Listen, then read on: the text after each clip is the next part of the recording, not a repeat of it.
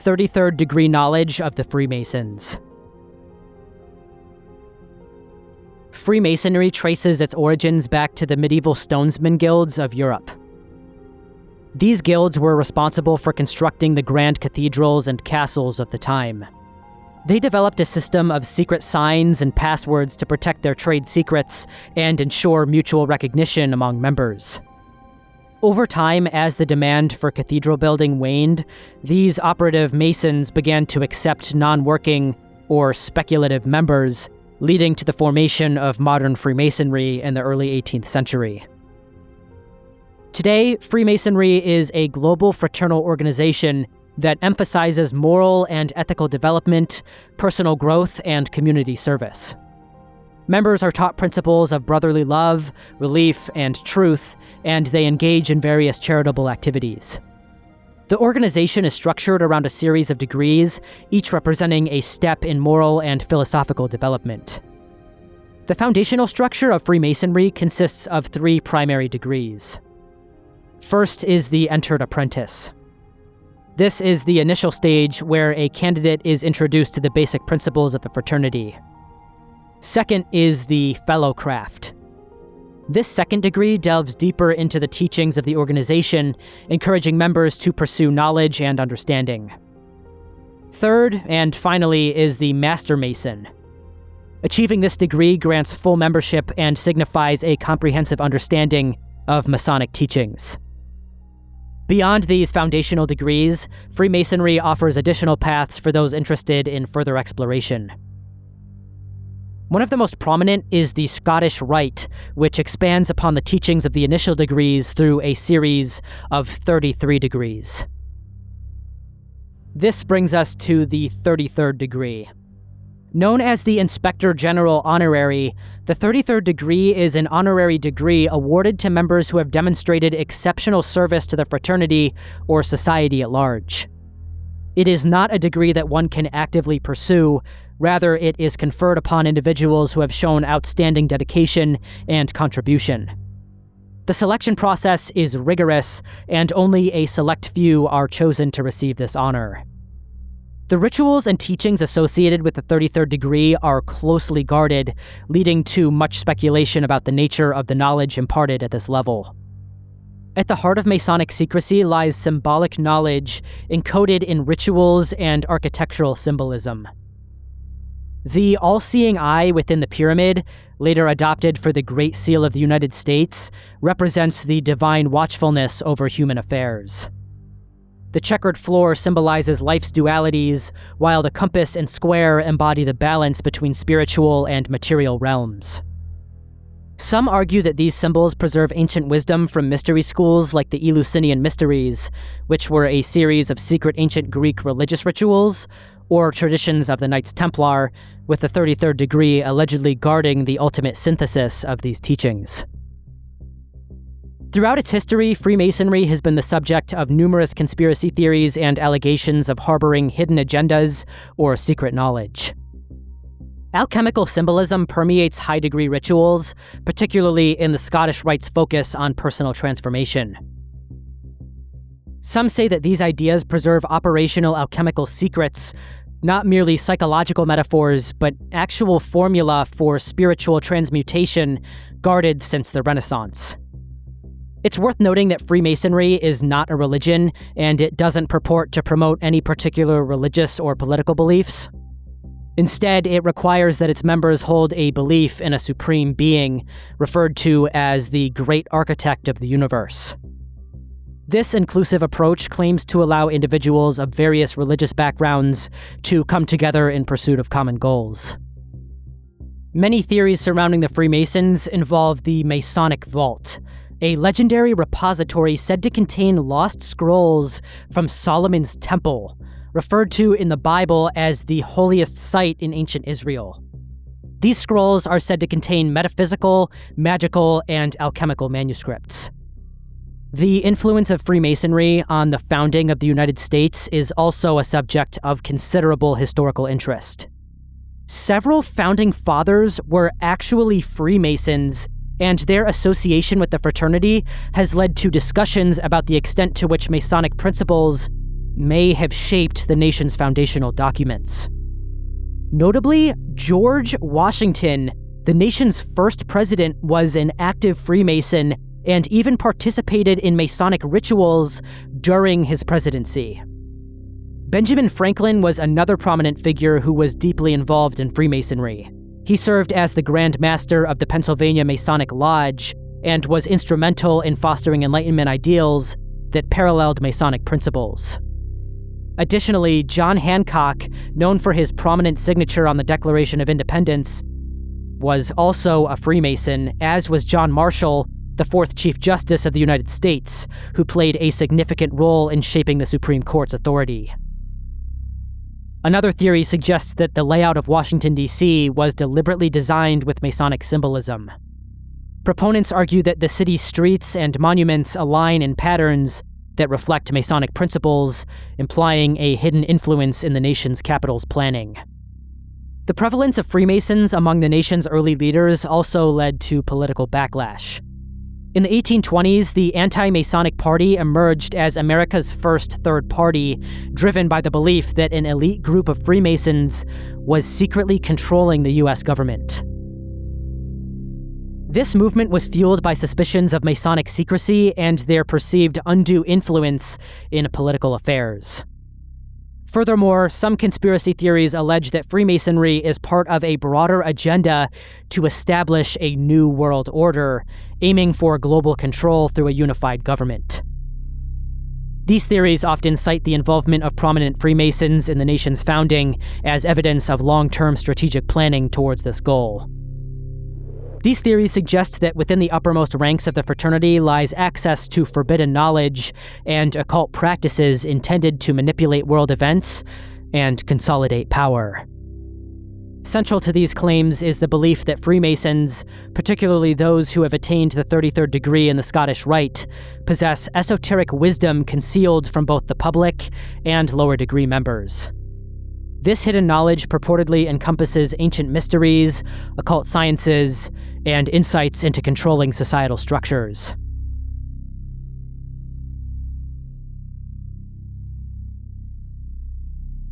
Nazi occultism. Nazi occultism represents one of the most unsettling and enigmatic facets of 20th century history. Beneath the veil of a brutal political regime lay a labyrinth of secret societies, arcane rituals, and an obsessive search for forbidden knowledge that aimed to redefine the very nature of power and destiny. At its core, the phenomenon of Nazi occultism was less a coherent doctrine and more of a kaleidoscope of ideas borrowed from earlier esoteric traditions.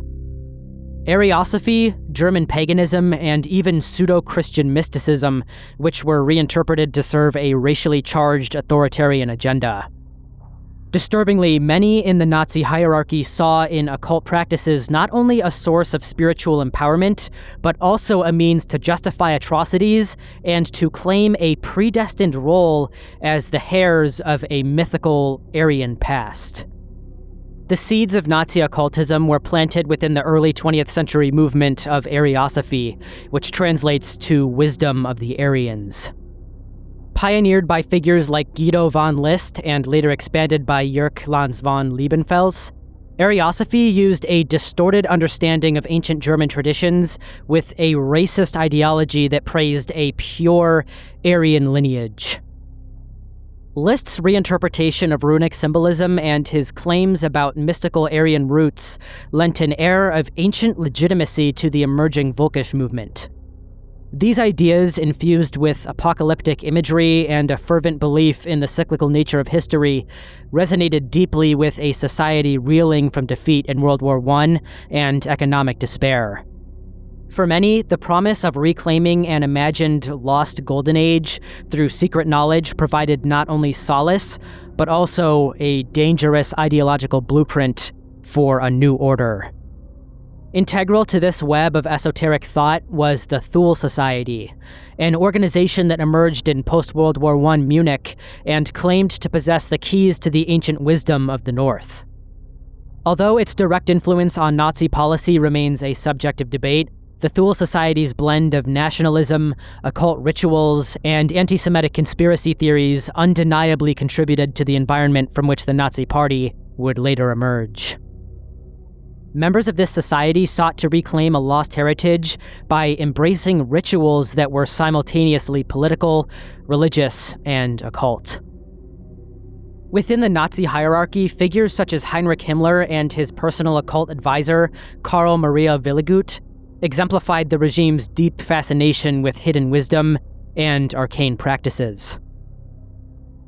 Himmler, who envisioned the SS not only as an elite military force, but also as a guardian of a secret quasi-religious legacy, oversaw projects that ranged from archaeological expeditions to the creation of elaborate ritual spaces such as the SS Castle at Wewelsburg. There, the architecture and the art were imbued with symbols drawn from a distorted version of Germanic prehistory.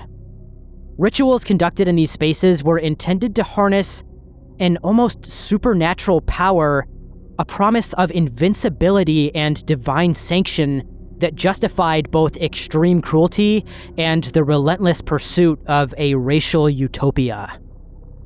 Willigut's own contribution of the reinterpretation of runic lore into the design of the SS insignia further illustrates how occult ideas were weaponized to create a sense of mythic destiny around the Nazi leadership. Whereas the original Sig rune symbolized the sun, light, and energy, the Nazis reappropriated it into the Schutzstaffel insignia, where it closely aligned with the German word Sieg, meaning victory. The allure of the forbidden, the notion that there existed hidden truths accessible to only a chosen few, was a potent ideological weapon.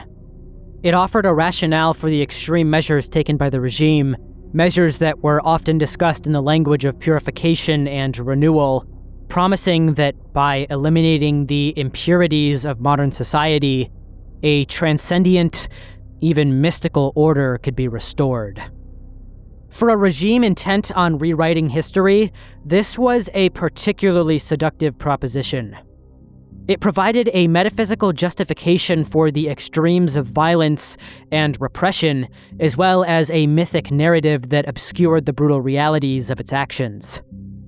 The pursuit of such knowledge often led to bizarre experiments and pseudoscientific research, ranging from expeditions to remote regions like Tibet in search of ancient Aryan relics, to the assembly of arcane manuscripts and the organization of ritualistic ceremonies that sought to invoke the power of lost civilizations.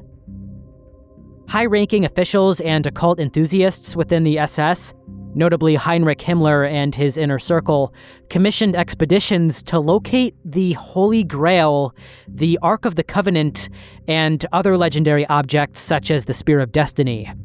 These relics were not viewed merely as historical religious curiosities, but as potent symbols capable of validating a racially charged narrative and bestowing supernatural legitimacy upon the Third Reich. These expeditions were launched under the umbrella of organizations such as the Ahnenerbe, an SS research institute dedicated to exploring the ancestral heritage and occult dimensions of the Aryan race. Their activities spanned across Europe and extended into the Middle East, where researchers scoured ancient ruins and remote landscapes in hopes of uncovering relics that might prove the existence of a once glorious, pre-Christian civilization. Similarly, the Ark of the Covenant was reinterpreted as evidence of a primordial, racially pure order, with some Nazi theorists arguing that its storied contents held esoteric secrets and a direct connection to a mythic Aryan origin.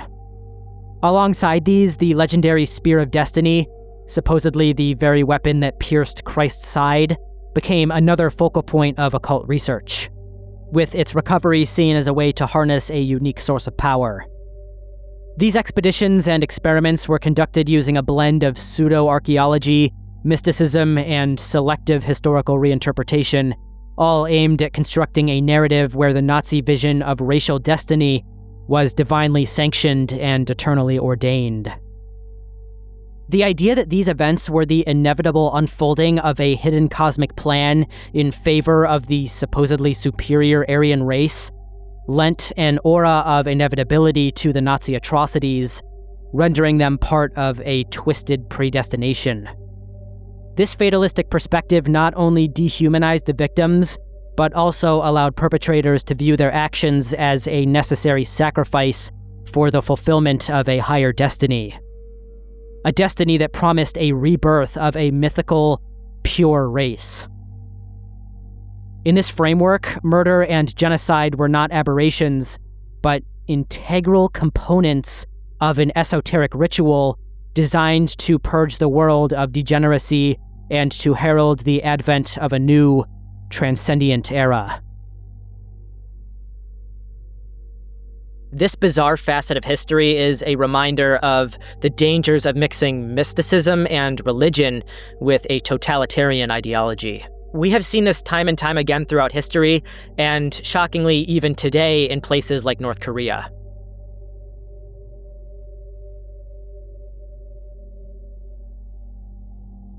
The Finders. In early February 1987, the Tallahassee Police Department received an anonymous tip about 2 well-dressed men accompanied by 6 disheveled children in a local park. The children appeared dirty, hungry, and exhibited behavior that suggested neglect. Officers promptly responded to the scene, leading to the arrest of the 2 men, identified as Douglas Abramelin and James Michael Holwell. The children, ranging in age from 2 to 11, were taken into protective custody due to concerns about their well-being. The 2 men claimed to be teachers from Washington, D.C., en route to Mexico to establish a school for brilliant children. Their evasive answers about the children's parents and their extremely strange behavior deepened the authorities' suspicions. The 6 children were found in the back of a filthy, unkempt van, exhibiting signs of severe neglect, bug bites, malnutrition, and a lack of familiarity with basic indoor amenities, like toilets. Medical examinations later revealed evidence of abuse, including bite marks consistent with adult human teeth, and psychological evaluations noted their disjointed concept of time and family. Initial investigations revealed that Abramelin and Holwell were members of a group known as the Finders, an intentional community founded in Washington, D.C. in the early 1970s by former U.S. Air Force Master Sergeant Marion Petty. The group portrayed itself as a communal society focused on self-exploration and personal growth. However, the circumstances surrounding the Tallahassee incident cast a shadow over their activities.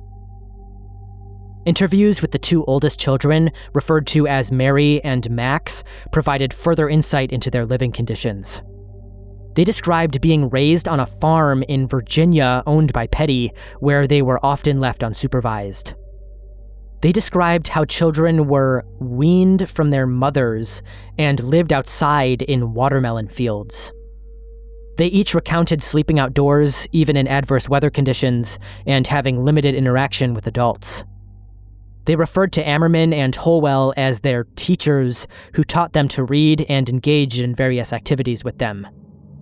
One such activity involved disrobing a man, wearing his clothes, and searching his pockets for money, which the children perceived as a game. Following the arrests, law enforcement agencies conducted searches of properties associated with the Finders in Washington, D.C. and Virginia. These searches uncovered a trove of documents, photographs, and computer equipment.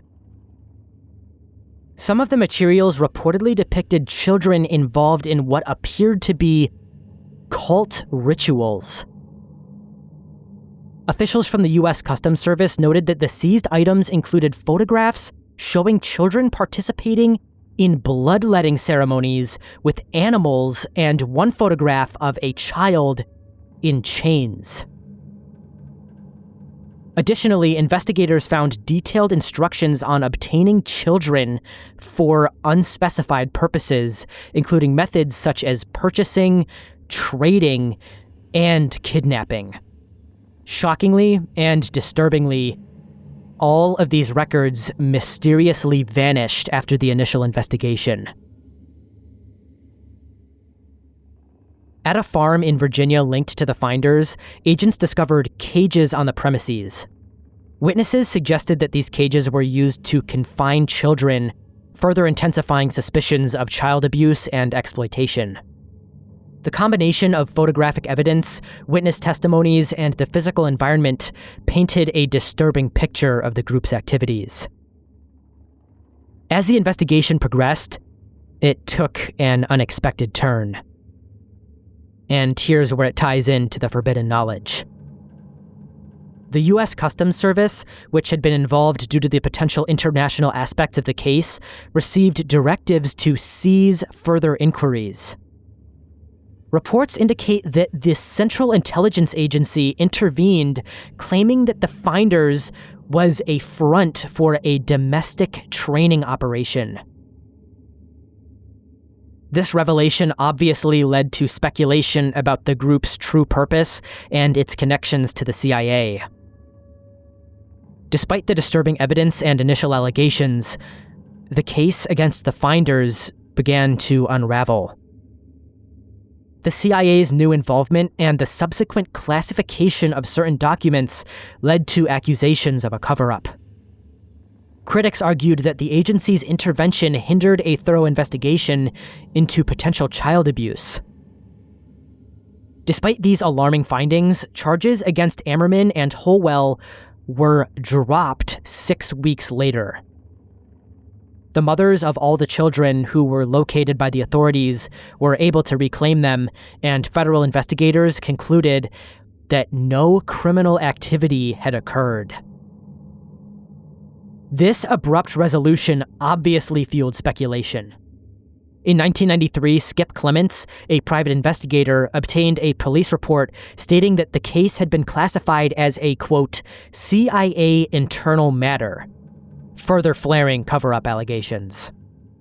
Congressional inquiries followed, revealing that Petty's wife, Isabel, had worked for the CIA in the 1950s and that the group had connections to Future Enterprises Incorporated, a CIA front company used for agent training. It is horrifying to me that nobody was charged with any crime following this incident. It seems immensely clear that there were some horrific activities going on with the finders, yet the CIA just stepped in out of nowhere and kind of pushed it all off to the side, claiming that it was all just an internal matter. The fact that the founder of this group, Marion Petty, was confirmed to have had a wife who worked for the CIA is just another nail in the coffin here. I feel so bad for these children and any others who might still be out there because this group was not brought to justice. It's so sad to know that things like this are going on in the world every single day, but that there's really nothing any of us can do to even figure out what's happening, let alone to prevent it from happening.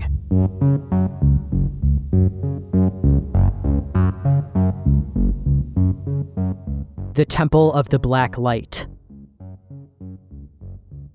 The Misanthropic Luciferian Order, or MLO, later known as the Temple of the Black Light, emerged in Sweden in 1995 as a clandestine occult organization. It was founded by individuals Shahin Kushnud Sharis, who adopted the moniker Vlad, and John Nudveit. I'm sorry. I've looked up so many different ways to pronounce this, and I just can't pronounce it the way that Google Translate is telling me to pronounce it. I'm sorry.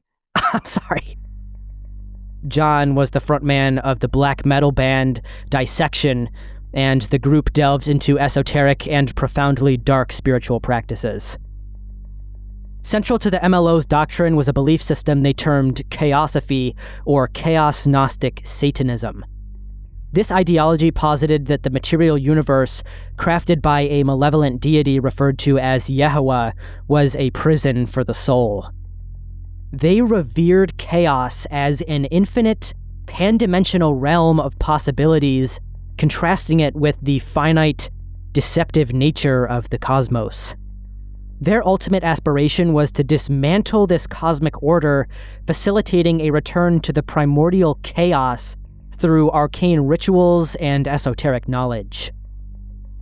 In 2002, the MLO distributed their work titled Liber Azerate, a grimoire authored by Vlad under his pseudonym Frater Namidial. This text unveiled the identities of 11 anti-cosmic deities, collectively known as Azerate, and provided intricate rituals aimed at invoking these entities. The grimoire served as a cornerstone of the group's practices, emphasizing the rejection of conventional morality and the embrace of chaos as a liberating force. The MLO's rituals were shrouded in secrecy and often involved disturbing elements. Accounts from former members and investigations revealed that ceremonies included meditation, demon invocation, and animal sacrifices, particularly of cats who were obtained through online listings. These acts were believed to strengthen their connection to chaotic forces and further their mission to undermine the cosmic order. The group's descent into darker practices culminated in a heinous crime in the summer of 1997. Vlad and Nutvite were implicated in the murder of Joseph Ben Medour. Authorities believed the act was a homophobic hate crime, though deeper motivations tied to the MLO's beliefs were evident.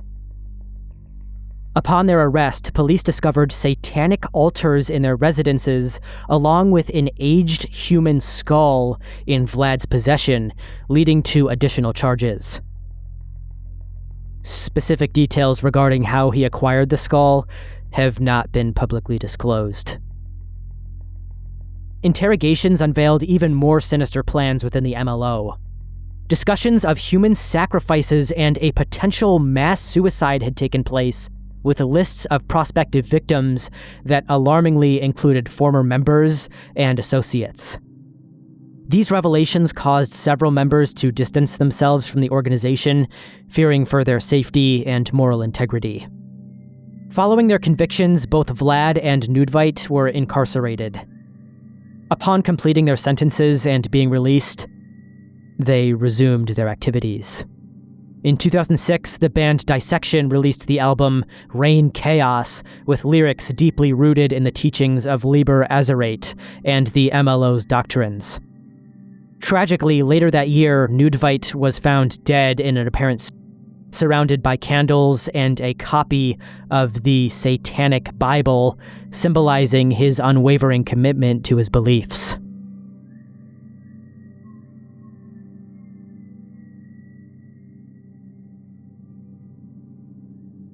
Theosophy. Theosophy is a complex religious and philosophical system that emerged in the late 19th century and sought to reveal a hidden, ancient wisdom underlying all the world's religions and philosophies. Developed largely through the writings of Helena Petrovna Blavatsky, this esoteric tradition blends elements of Eastern religious thought, especially aspects of Hinduism and Buddhism, with components of Western occultism and Neoplatonism, creating a worldview in which science, philosophy, and religion all converge into a single doctrine.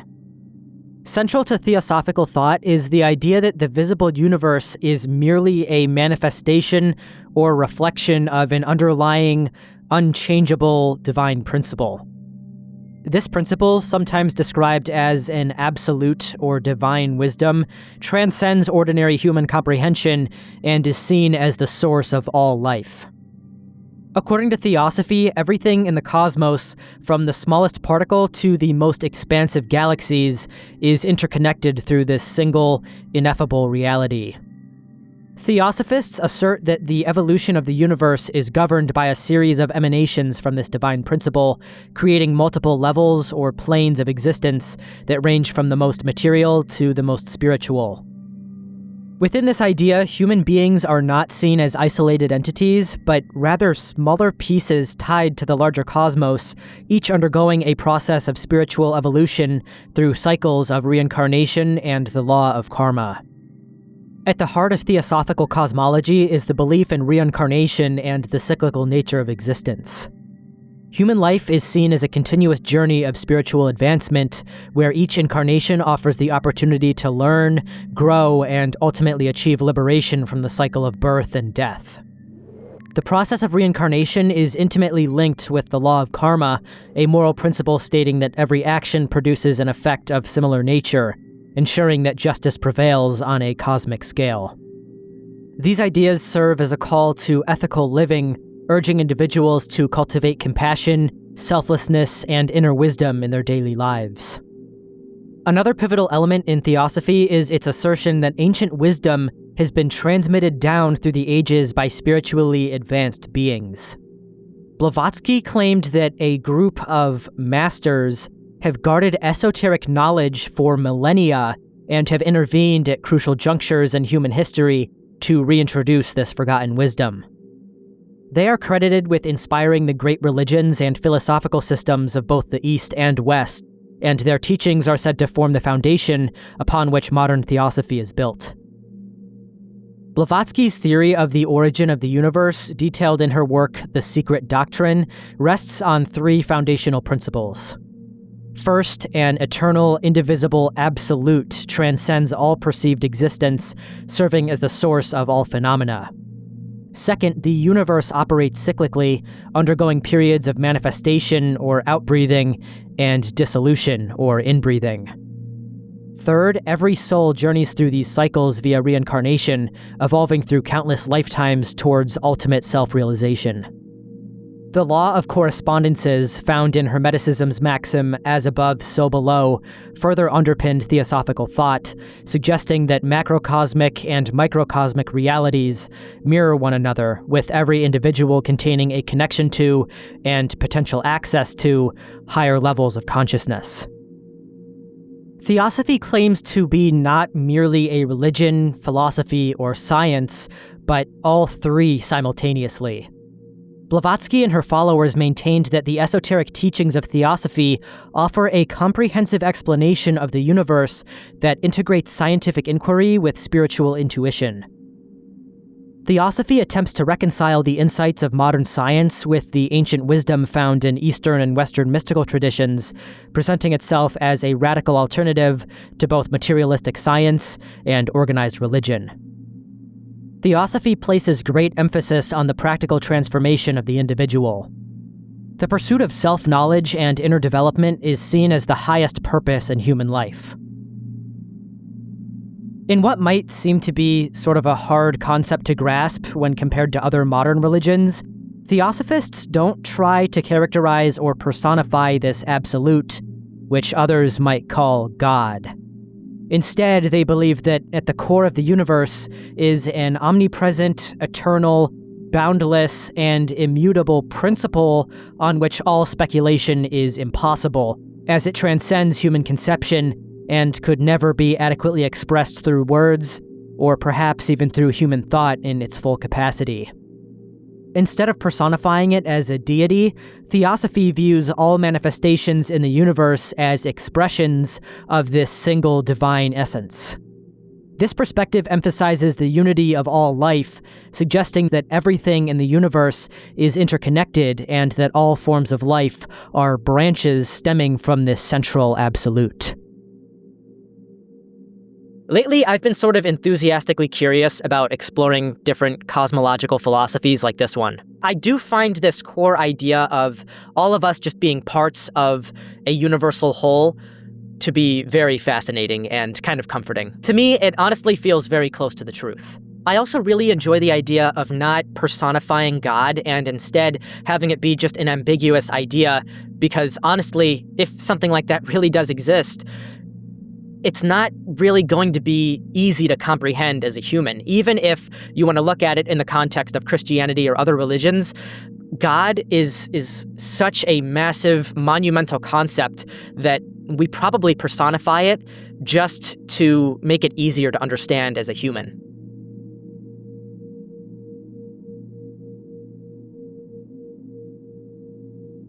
John Dee. John Dee's life weaves together the rational pursuits of mathematics and navigation with a deep and disquieting immersion into the occult and esoteric realms. His early years, marked by rigorous academic training at Cambridge and a passion for the classical sciences, contrasted with his equally powerful curiosity for the mystical, a duality that would come to define his legacy. Dee's unquenchable thirst for hidden knowledge led him beyond the familiar confines of scholarly pursuits. He became immersed in the following three belief systems.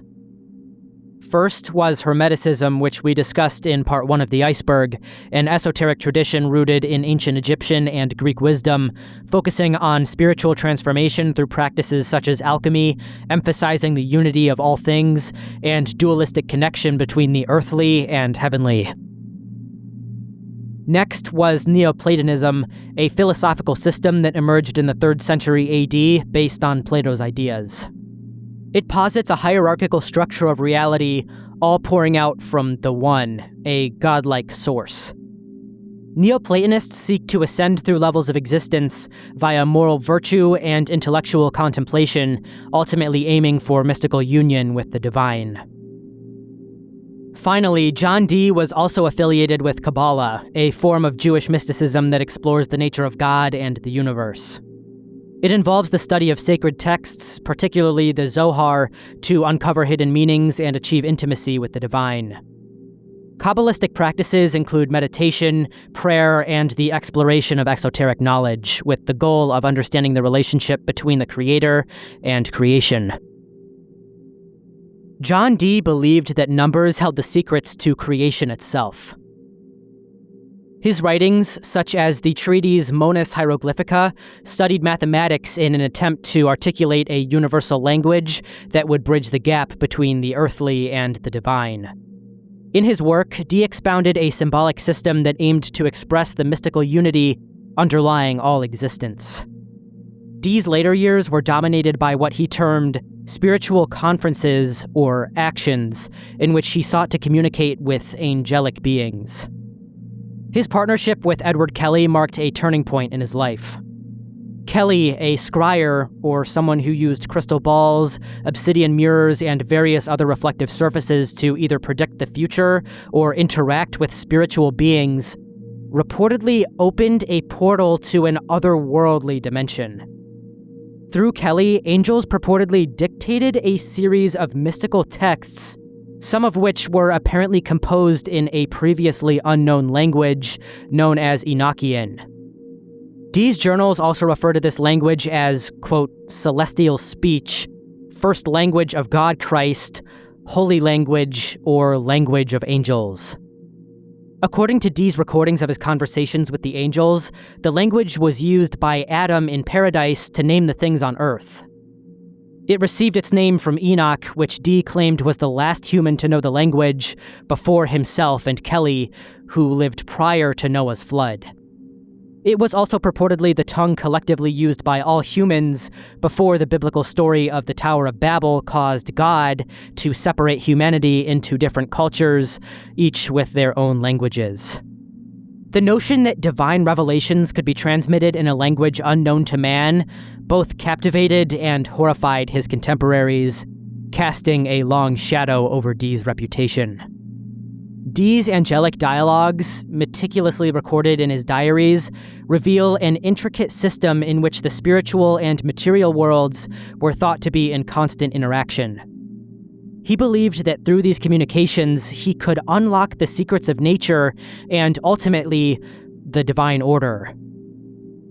The process of scrying, with its reliance on a human intermediary to serve as a conduit for messages from unknown entities, blurred the lines between divine revelation and dangerous delusion.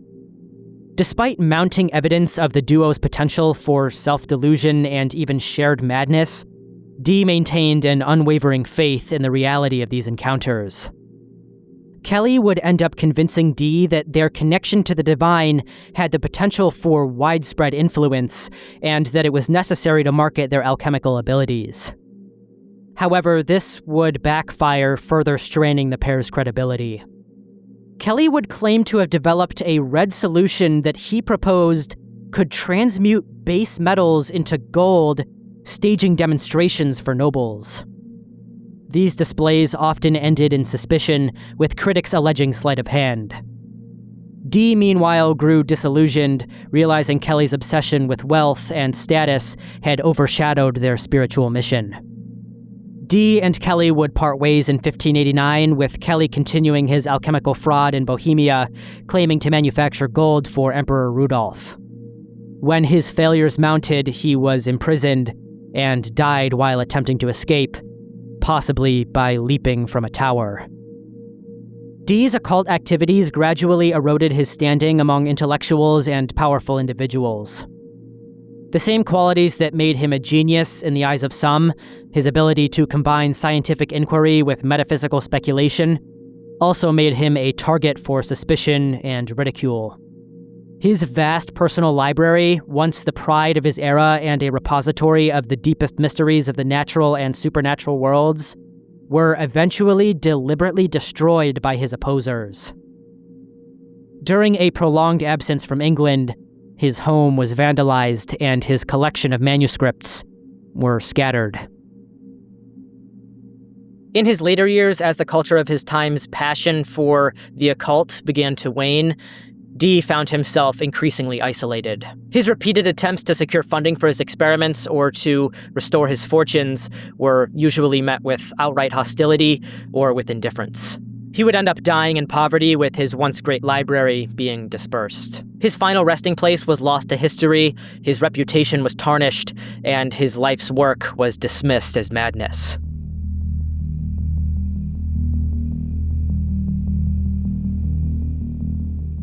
Order of the Nine Angels. The Order of the Nine Angels, or ONA, emerging from the United Kingdom in the 1970s, represents a secretive and radical faction within the left-hand path of occultism.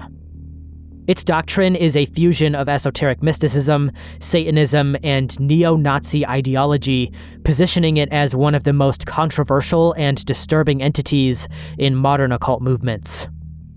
The ONA advocates for a transcendence of human limitations through acts that many would deem detestable. Central to the ONA's esoteric practices is the Sevenfold Way, a rigorous initiatory system designed to push adherents beyond societal norms and personal boundaries. This path involves physical endurance tests, scholarly study, and the practice of forbidden rituals, all aimed at achieving a state of personal enlightenment and transformation. The journey through the Sevenfold Way demands real-world actions that often transgress ethical and legal boundaries, reflecting the group's commitment to living out their extreme philosophy. The ONA believes in the concept of aeons, distinct periods of human civilization, each characterized by its own cultural and spiritual paradigms. They believe that Western civilization is in decline and that it must be dismantled to usher in a new aeon dominated by a superior, warrior-like society. This belief system justifies their alignment with neo-Nazi principles, viewing fascism and social Darwinism as means to accelerate societal collapse and rebirth.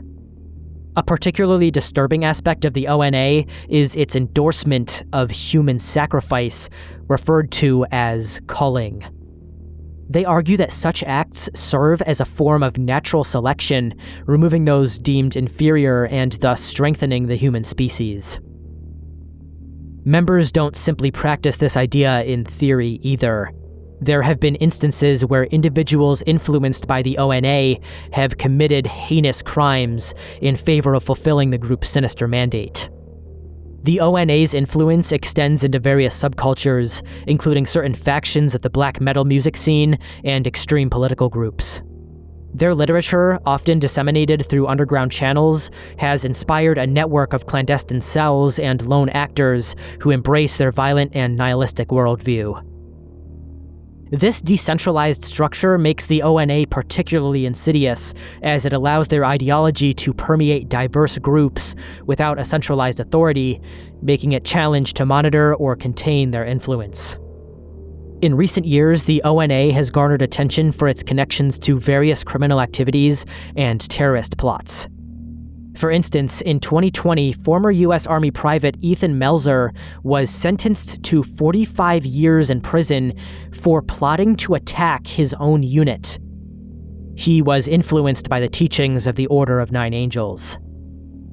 Melzer had leaked sensitive information about the upcoming deployment of his unit, the 173rd Airborne Brigade, to co-conspirators, one of whom was an undercover FBI source whom Melzer believed was a member of Al-Qaeda. He was promptly discharged from his service. The ONA's writings are filled with complex symbolism and mysterious language, reflecting their deep engagement with occult traditions. They draw upon a diverse array of sources, from ancient paganism to modern existentialist thought, synthesizing these influences into a unique and disturbing philosophical framework. Critics argue that the ONA's esoteric practices are a thinly veiled justification for their extremist political agenda. Their fusion of occultism with neo-Nazi ideology aims to mystify and legitimize their calls for violence and societal upheaval. Despite their relatively obscure status, the ONA's impact on the landscape of extremist movements is significant. Their ideology has been linked to various other acts of violence and has inspired a new generation of extremists who cloak their hateful agendas in the trappings of occultism. This convergence of esotericism and extremism presents a unique challenge for those seeking to understand and counteract the spread of such dangerous beliefs.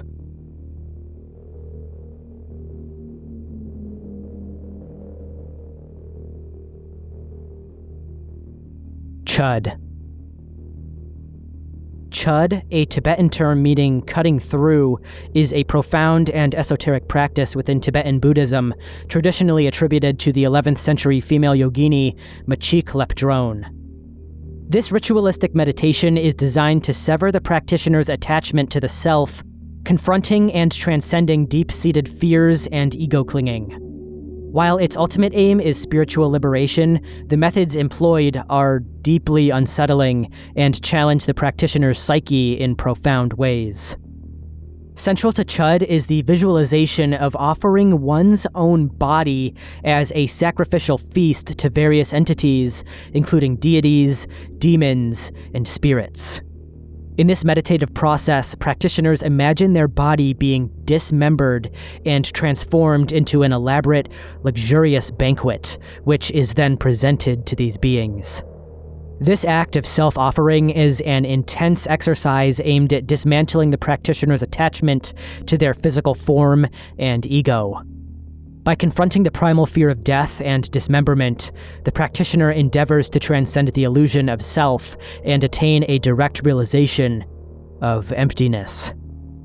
The settings for Chöd practices are deliberately chosen to amplify fear and discomfort. Practitioners often conduct these rituals in desolate and eerie locations, such as cemeteries, burial grounds, or isolated wilderness areas, places traditionally associated with death and the supernatural. The choice of such environments serves to evoke and confront the practitioner's deepest fears. The ritual itself is accompanied by the use of specific instruments that add to its unsettling nature. A double-sided drum, called a damaru, as well as a bell, called a ganta, are commonly used to create rhythmic sounds and guide the meditation. In some traditions, a trumpet made from a human thigh bone, known as a kangling, will be employed, producing a haunting sound believed to summon spirits and deities to partake in the ritual feast. The visualizations involved in Chöd are particularly graphic and disturbing. Practitioners meticulously imagine the process of their own body being dissected and transformed into various offerings. This includes envisioning the skin being peeled away, bones being broken, and organs being extracted and prepared as delicacies. Such vivid imagery serves to challenge the practitioner's attachment to their physical form and to confront the inherent fear of death and bodily dissolution. The psychological impact of these practices is profound. By repeatedly engaging in such graphic visualizations and confronting fear-inducing scenarios, practitioners aim to desensitize themselves to fear and attachment. This process is believed to lead to a state of equanimity and non-attachment where the illusion of a permanent, independent self is dismantled. The ultimate goal is the realization of the emptiness of all phenomena, a core tenet in Buddhist philosophy. Practitioners are expected to experience heightened anxiety, dread, and even terror as they confront the deepest layers of their psyche. Despite its unsettling methods, Chöd is revered for its potential to bring about profound spiritual transformation. By confronting and offering one's greatest fears and attachments, practitioners believe they can attain a direct experience of ultimate reality, free from the distortions of ego and delusion. Chöd stands as a symbol for the lengths to which people may go in their quest for spiritual enlightenment. The people undergoing this radical practice are attempting to strip away all of the parts of ourselves that are temporary and to overcome the fears that are associated with losing those pieces, and ultimately trying to figure out what's left afterwards.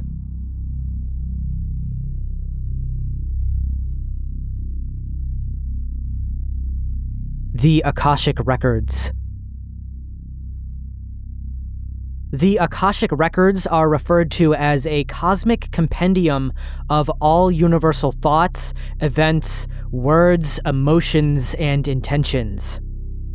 Derived from the Sanskrit term akasha, meaning aether or sky, the concept suggests the existence of a non-physical plane where every detail of existence is meticulously recorded.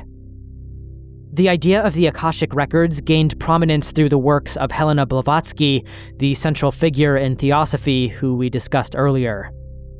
She described, quote, indestructible tablets of the astral light that chronicle both past and future human experiences. The concept was further expanded by figures like Alfred Percy Sinnett and C.W. Leadbeater, who posited that clairvoyants could access these records to unveil hidden truths about humanity's past and future. Austrian theosophist Rudolf Steiner also delved into the Akashic Records, claiming insights into lost civilizations such as Atlantis and Lemuria, suggesting that these records held secrets of ancient epics and esoteric knowledge. The allure of the Akashic Records lies in their promise of absolute knowledge, a complete understanding of all events, thoughts, and emotions across time. The potential for a plane of omniscience, however, carries with it disturbing implications. Every fleeting thought, every hidden desire, every action, no matter how concealed, would be eternally inscribed in this cosmic ledger. The idea that one's innermost secrets are perpetually accessible can be profoundly unsettling, evoking a sense of vulnerability and exposure to unseen forces or entities capable of accessing this information. Moreover, the Akashic Records are believed to transcend time, encompassing not only the past and present, but also potential futures, capable of sparking unsettling conversations about free will and predestination. Accessing the Akashic Records is said to require a heightened state of consciousness or spiritual attunement. Practices such as deep meditation, astral projection, or the use of certain psychoactive substances are often cited as methods to pierce the veil, separating the physical realm from the Akashic plane. However, these practices are not without risk and can lead to unsettling experiences. Individuals have reported encounters with enigmatic entities, overwhelming visions, or the revelation of truths that challenge their understanding of reality. The pursuit of such knowledge can thus be a double-edged sword, offering enlightenment on one hand, while retaining the potential for exposing the seeker to existential dread and psychological turmoil on the other. The Akashic Records also intersect deeply with the concept of karma, the idea that every action has consequences that ripple throughout time. If the records meticulously document every deed and thought, they serve as a ledger of one's karmic debts and credits. This perspective can be daunting as it implies an inescapable accountability where one's past actions will inevitably shape future experiences.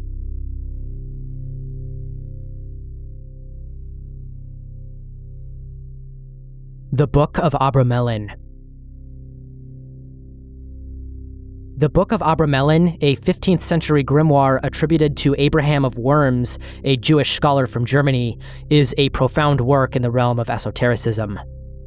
This text is structured as an autobiographical letter from Abraham to his son, Lamech, detailing his encounters with various sages during his decades-long quest for occult mastery, culminating in his encounter with the Egyptian mage, Abramelin, near the banks of the Nile.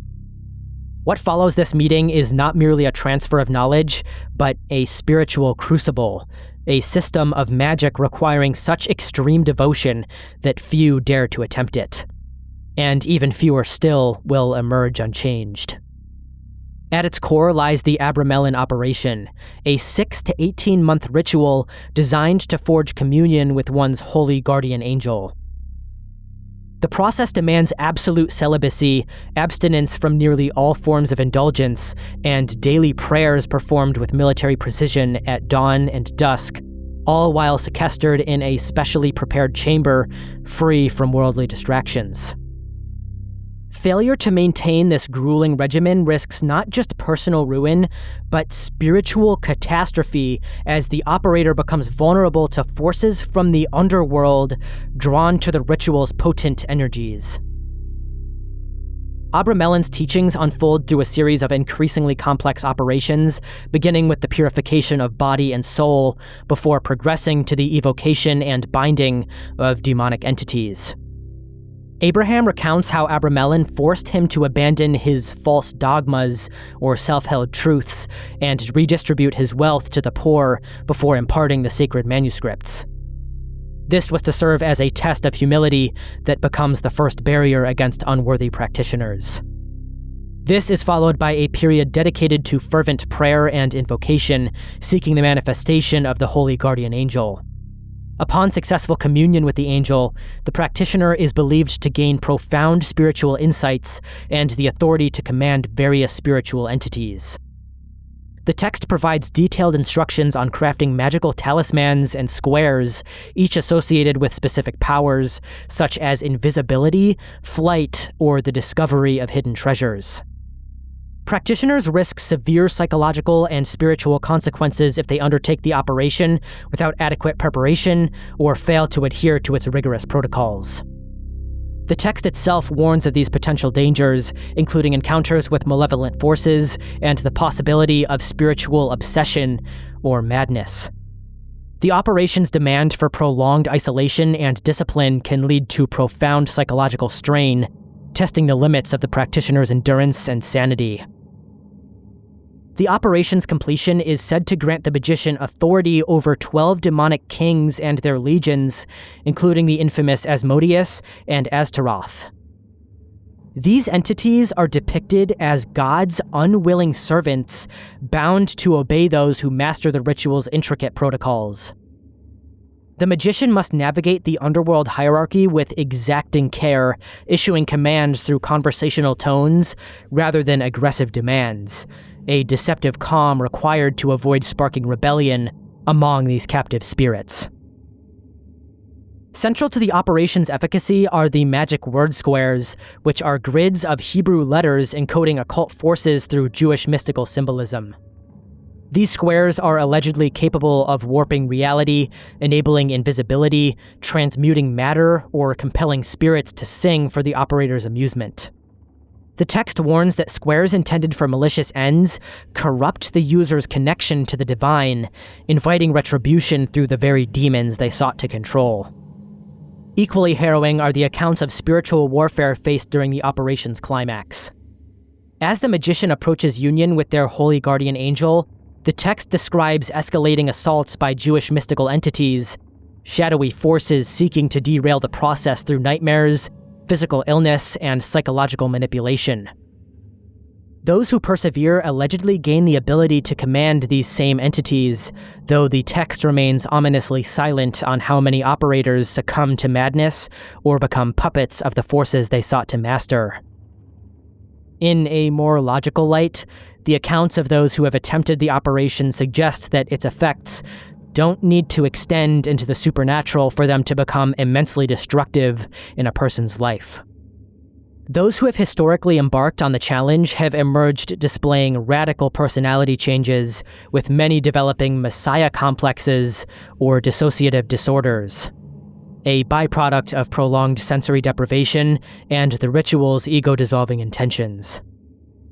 The requirements to isolate oneself for months strains familial bonds, professional obligations, not to mention physical health, and most importantly, the core of one's own sanity.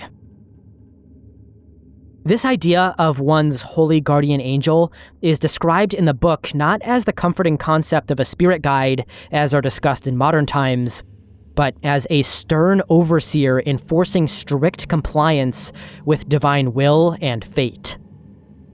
This dynamic reveals the text's darkest truth, that true power lies not in the magic itself, but in becoming a vessel for forces beyond human comprehension or control. Those who complete the operation have described it as a spiritual lobotomy, their former selves erased to make room for an angelic presence that dictates their every action in service to an inscrutable divine plan. This grimoire's enduring danger lies in its seductive promise of power. It frames demonic command through the alluring promise of supernatural abilities akin to the serpent offering Eve the fruit of knowledge. In this, the Book of Abramelin is but a mirror reflecting the darkest potentials of those brave or foolish enough to gaze into its pages.